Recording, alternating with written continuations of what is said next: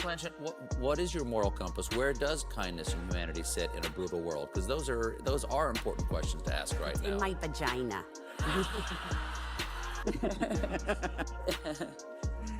Well, my husband, Andrew Upton and I ran the Sydney Theatre Company he ran it for 10 years almost, and this is the culmination. This is the last play he programmed.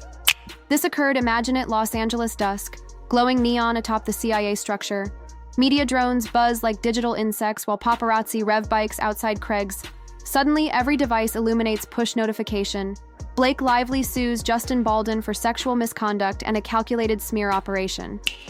So hard to do what you really, really desperately want in life. It's so much easier just to do you don't care either way about. Wow. There are text messages that refute every single thing in that complaint. I have no idea on what grounds these two are going to attempt to dismiss his lawsuit. I could understand some possible arguments that her publicist might make and fail, because I told you, he's got evidence. One tap later, a fresh alert hits. Hard Baldwin retaliates, demands 400 million polls. Ryan Reynolds into the chaos zone. The internet collapses. Fans choose sides quicker than you can share memes of Lily Bloom drop-kicking Ryland. From Armie Hammer, who got fired from Gossip Girl because he said during a dinner that she was a bitch, regarding Blake Lively and Ryan Reynolds, when I just recognize that they are up on their high horses and that they potentially treat people very badly and that really they're bored and rich. Another circumstance that made me see right through Ryan Reynolds and the kind of person that he is when, despite being friends with Joe Alwyn, who dated Taylor Swift for 5 years. She's best friends with Blake Lively. Courts trend before midnight. Welcome to the juiciest rom drama since Depp versus Heard. Only this time, the marketing budget remains at stake. Recall when Set Insiders raved that It Ends With Us was a collaborative love fest. Yeah, about that midway. Through principal filming, a camera assistant's anonymous Reddit AMA claimed that Blake took charge in Video Village, requesting new shot angles and final cut notes. Justin actor-director hybrid Wayfarer mogul. So in Justin Baldoni's lawsuit, he accuses Ryan Reynolds and Blake Lively of colluding with the New York Times. Do you guys remember what the article was actually entitled that they actually released on 12? Anyone inside a Hollywood smear machine.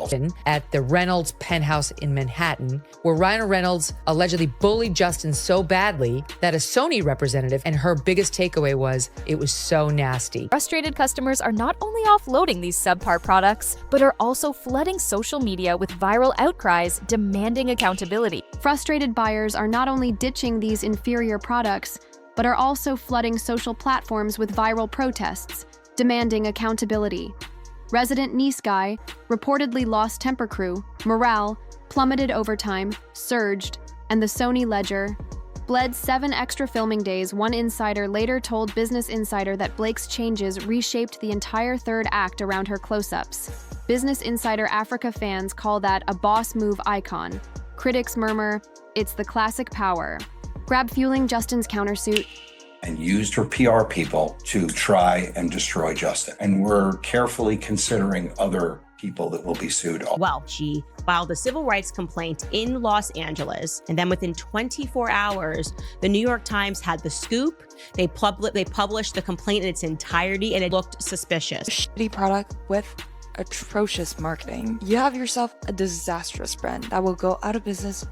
And to the point where this guy was in the basement at his own movie's premiere. And that what in fact happened was you guys were the ones out there generating negative press against Justin. You guys were the ones who were trying to ruin Justin. Who's right? Jury's out. Literally cut to April 2025 while depositions prep. Like war drills.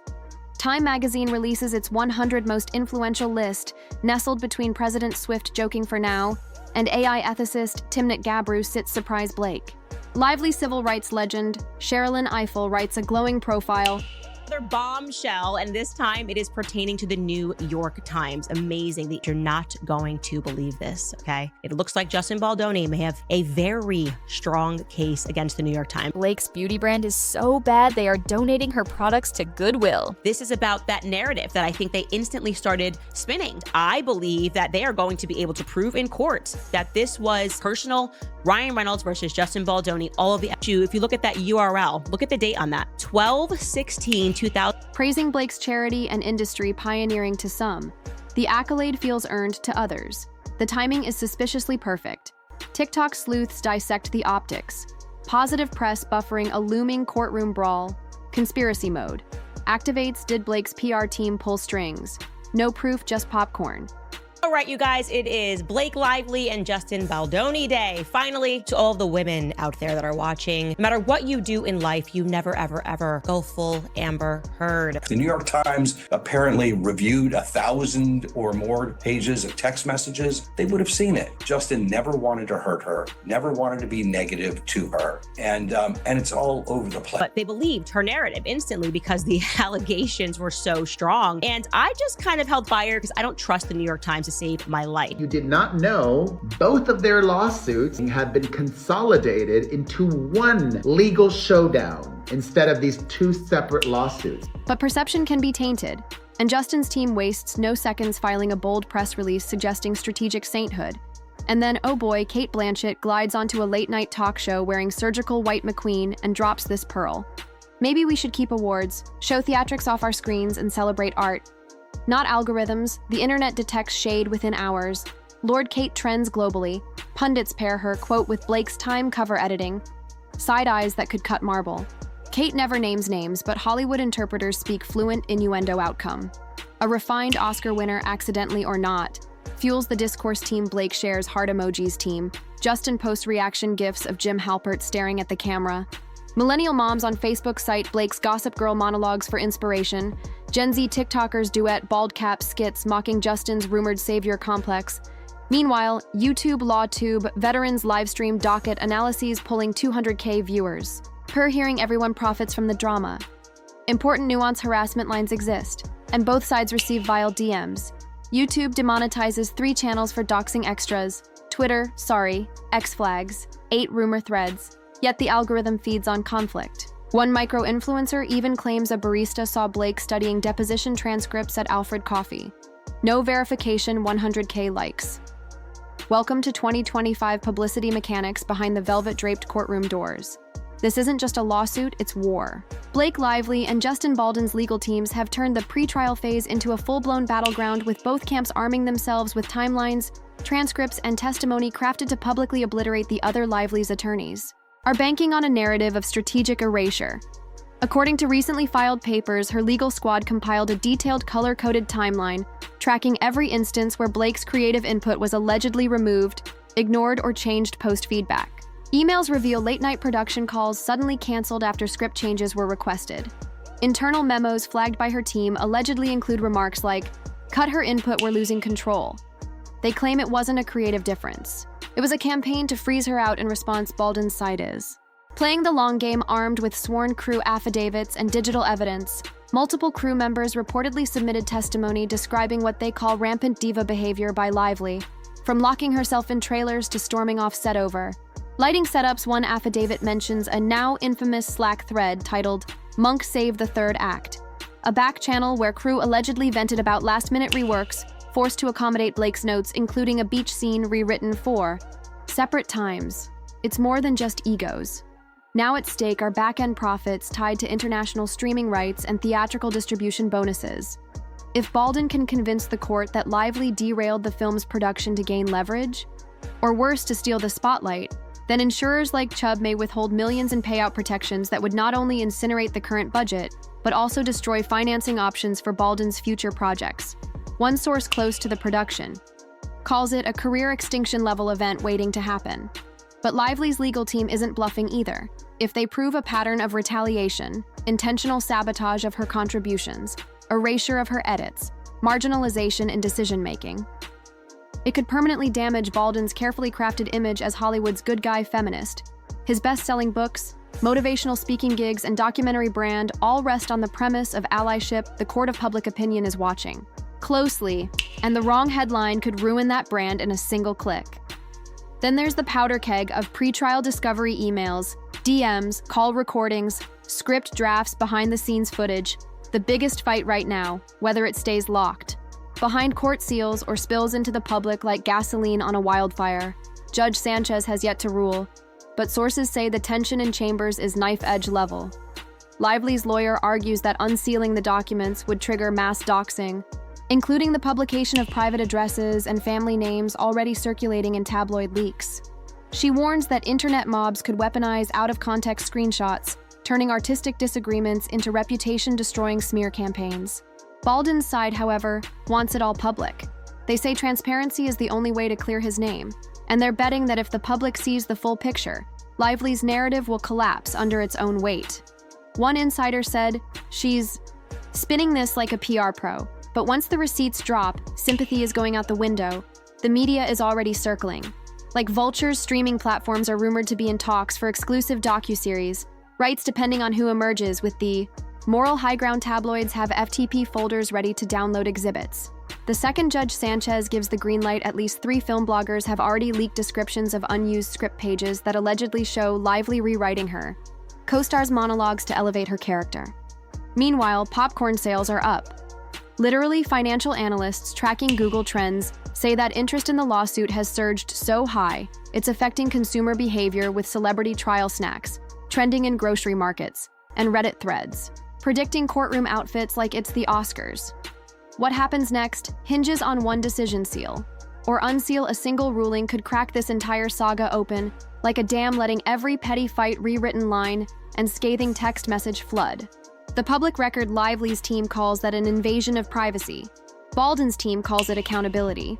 And right now, every lawyer's next chess move could shift the board for good. A completion bond is basically an insurance-backed pinky. Swear to investors this movie will finish on time and on budget, or the bond company will pay up and take control. Typical premiums range between 2% and 5% of total budget investing. Brokers, peanuts on micro indies, but on a $60 million Colleen Hoover adaptation that's one of $2 million straight off the top. Bond underwriters audit everything: script pages, location grids, even the lead actor's Instagram to gauge distraction risk. If a star lands in the yellow flag column of the unofficial risk talent list, the premium inflates faster than Dolby popcorn, sometimes by an extra $1 million. One veteran broker told Ledger Edge that even a 1-point bump can cost 6 figures on mid-budget picks. Where Blake stands, sources say her name now shines after the Baldwin countersuit. That status alone could add an estimated $5 million onto any future bond-making studio. CFO's nervous where Justin stands, historically greenlit as a safe bet, family-friendly image, philanthropy man. Enough TED Talks. But if depositions confirm accusations of retaliation, his column could flip to yellow overnight, nuking Wayfarer's leverage on future slates. Circle March 9, 2026, in red Sharpie, and tape it to the fridge. Judge Louis J. Lyman locked that date in a January 27th order, giving Hollywood 14 months to panic in real time. Blake wants her expanded seal to cloak text tirades, unused script pages, and cast party videos she calls contextless. Justin frames that as strategic opacity. If Judge Lyman refuses to seal the public docket, could unlock a midnight dump so spicy TMZ might need extra servers. Industry insiders whisper one streamer has a low 8-figure docuseries budget contingent on that unseal. No one on record, just someone who knows someone texting Variety reporters for Blake mental health experts, 2 cinematographers alleging creative strangulation, and a surprise Oscar-nominated actress ready to testify about a pattern of retaliation. For Justin, production accountants with overrun spreadsheets, a camera assistant slack cash on Save the Third Act, and subpoenas poised for Gal Gadot Shun to paint a portrait of on-set power struggles, Ryan Reynolds and Blake's longtime publicist remain co-defendants. Both could be forced to take the stand, guaranteeing headline, gold TikTok lawfluencers plan verdict, watch sleep streams, YouTube creators preload thumbnail templates, Blake wins, Baldwin vindicated. X Spaces expect 200K concurrent listeners the moment the jury foreperson clears their throat. Meanwhile, both sides beg fans to chill, platforms' harassment filters already sweating. This isn't just about 2 celebrities, it's a referendum on how power, PR, and accountability collide in 21st century film. A Blake victory could embolden actors to seize creative reins. A Justin win might scare insurers into labeling outspoken A-listers risk talent for years. Either way, March 9th, 2026 promises a culture war flashpoint, streaming straight from Courtroom 26B to every push notification on planet Earth. So mark the date, charge the ring light, and get popcorn futures while they're cheap. The countdown clock is loud and every tick echoes across. The industry's so fam, where does that leave us? We're halfway through a Hollywood roller coaster that fuses legal jeopardy, PR jujitsu, and award season politics into a single migraine-inducing headline. The next 18 months will decide if Blake. Lively graduates from alleged saboteur to vindicated visionary. Or if Justin Baldwin's nice guy brand becomes a case study in popcorn-fueled downfall. Question for you, our time. Covers tactical shields or genuine honors? Did Cate Blanchett stealth? Subtweet, a cautionary tale, or are we reading runic tea leaves? Drop your